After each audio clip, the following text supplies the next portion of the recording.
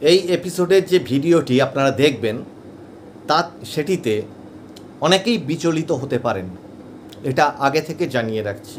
এটা একটা বিধিসম্মত সতর্কীকরণ। এই যে ভিডিওটা কোথা থেকে পাচ্ছি আমরা সেটাও জানিয়ে রাখি। আপনারা আমার স্ক্রিনের পাশেই দেখতে পাচ্ছেন যে বিজেপির রাজ্য সভাপতি মাননীয় শ্রমিক ভট্টাচার্য এটি তার এক্স অ্যাকাউন্টে পোস্ট করেছেন। তিনি কি লিখছেন? তিনি লিখছেন, বারুইপুরে বিজেপির বুথ সভাপতি খুন, বিজেপি করার অপরাধেই প্রাণ গেল এক নিরপরাধ কর্মীর। এটাই কি মমতা বন্দ্যোপাধ্যায়ের গণতন্ত্র? বিরোধিতা করলে খুন, প্রতিবাদ করলে হামলা, এটাই আজকের বাংলার বাস্তবতা।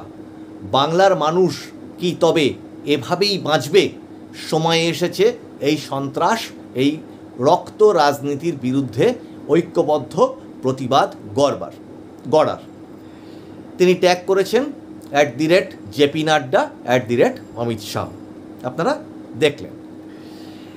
কিন্তু ভিডিওটা কি সেইটা দেখার আগে আপনাদেরকে দুটো কথা বলি যে নৃশংসতা, প্রতিটি নৃশংসতা, প্রতিটি মৃত্যু, প্রতিটি হত্যা তার মতো করে আলাদা, ব্যতিক্রমী, এবং সেটা অত্যন্ত মর্মান্তিক এবং অত্যন্ত নৃশংস। সেটাকে বলে সমাজ ভাবে, শিউরে ওঠে।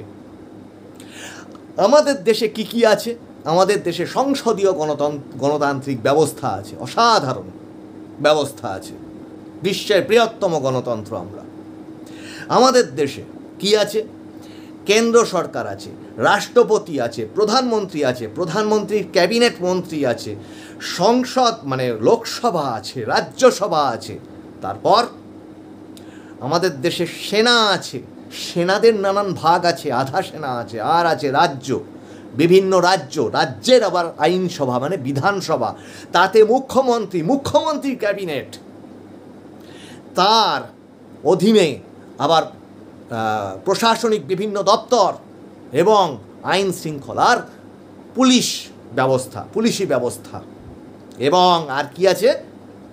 বিচার ব্যবস্থা, আদালত, আর এই যে আমরা সংবাদ মাধ্যম।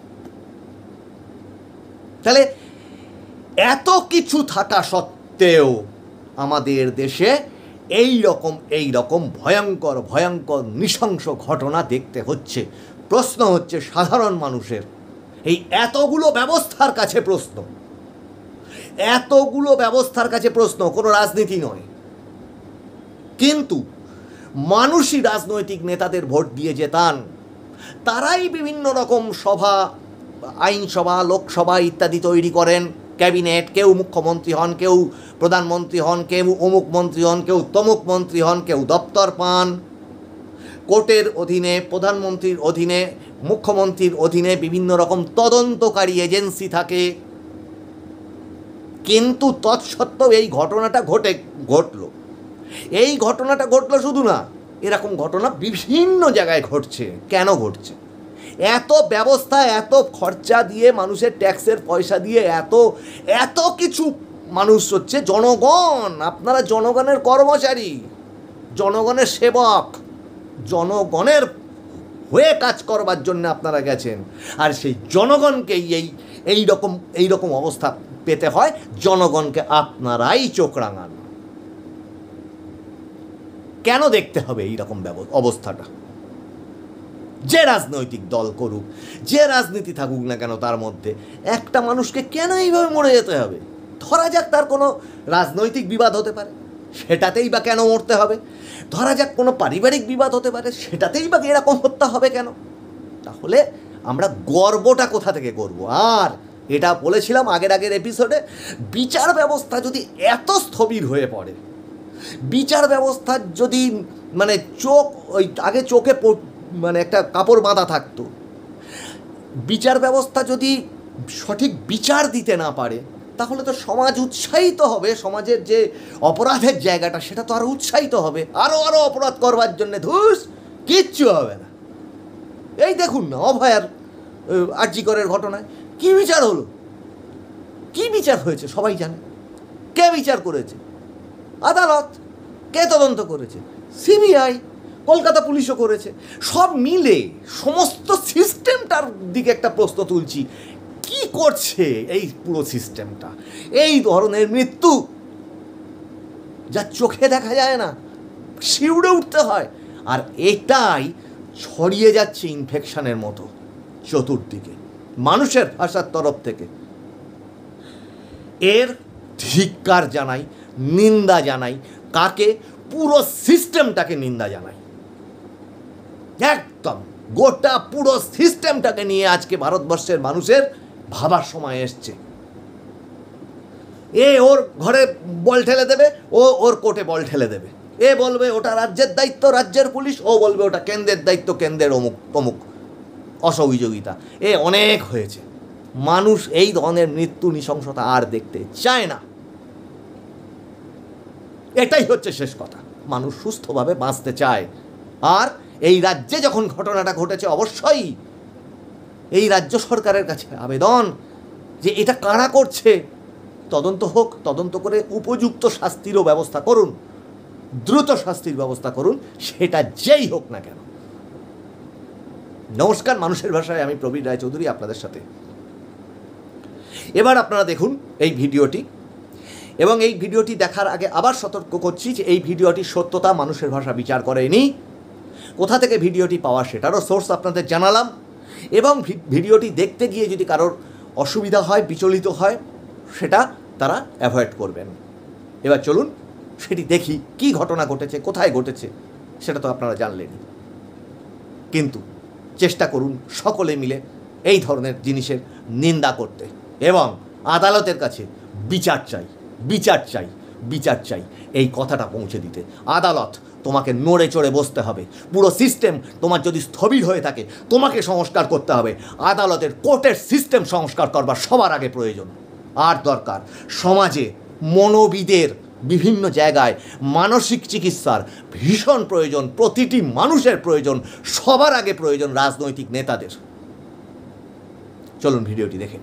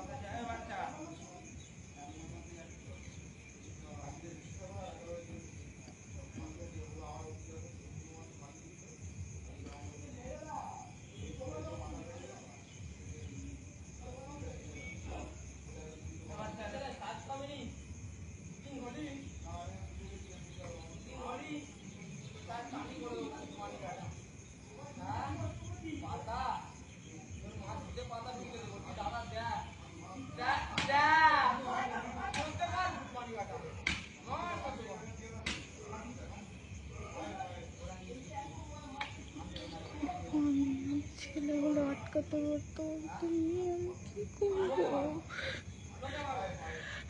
আমি তো ফিল অলসো সে ভয়টা তো থাকতো না, একা হতাম, but I still can do something ডাউজুর।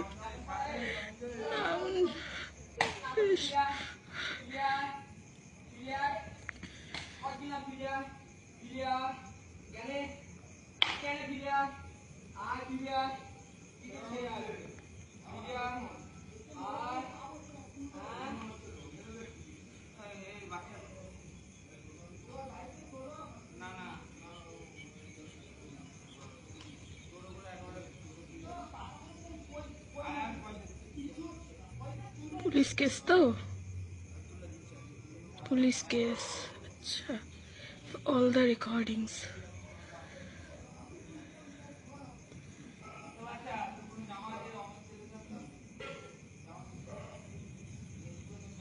দেখছি আমি কালকে পুলিশ কেস হবে তো, এগুলো পুলিশ কেসই হয়।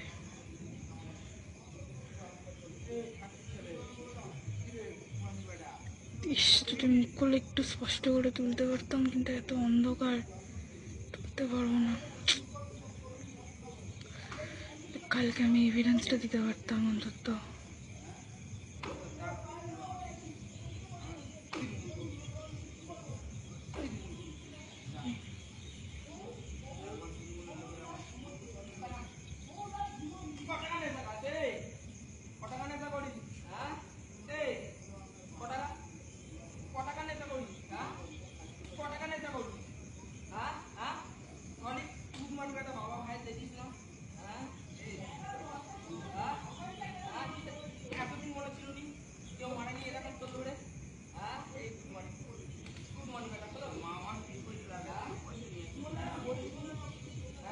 কি জন্য এসছিস তুই ভাই এখানে? তুই মোল্লা রক্ত।